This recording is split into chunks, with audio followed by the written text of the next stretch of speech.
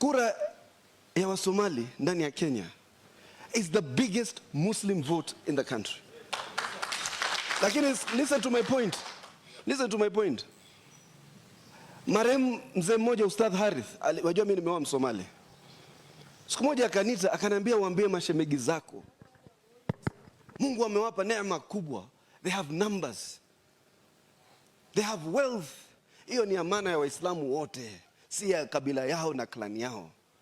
Mkijipanga kiklan ndio Uhuru Kenyatta anawapanga. Leo wako na clan structure. For the first time the clan structure has not worked. Uhuru Kenyatta ndio anatoa tikiti. Uhuru Kenyatta ndio atadecide nani atakuwa governor ya Mandera ama candidate ya Mandera ya Jubilee. Uhuru Kenyatta ndio atadecide nani atakuwa candidate ya Jubilee ndani ya raitwaje huku Garissa ama Wajir ama Marsabit ama huko Isiolo. What is your wealth and your numbers if it cannot protect you?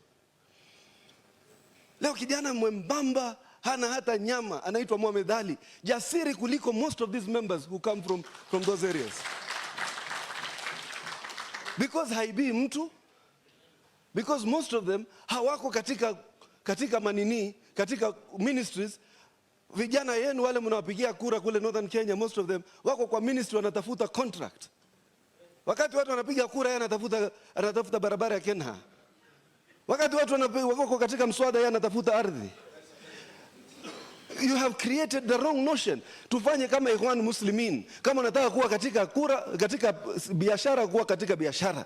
Kama unataka kuwa katika uongozi, kuwa katika uongozi. Kama unataka kwenda jeshi, kuwa jeshi, so that everybody can do his job to the best of his ability. Lakini mkichanganya, kila mtu siku hizi anajiita mheshimiwa, because mtu anafikiria kuwa mheshimiwa ndio biashara. Kama ingekuwa mnajua kuwa mheshimiwa ni kujitolea, most of you will not be running. Kila kijana wa Kiswahili siku hizi anajiita mheshimiwa. Kila kijana Msomali anajiita mheshimiwa, anatafuta MCA. Because he has been told by somebody, hakuna service huko ndio kwenda kutafuta deal. And then you wonder why Muislamu anaonewa. Why Muislamu anapangwa na Uhuru Kenyatta. 60 years on, hamuna aibu nyinyi, watoto wenu wanadhulumiwa na watu hao. Babake alifanya, mtoto wake anafanya. Wajukuu wake watakuja kufanya. So we need to up our game. We need to up our game.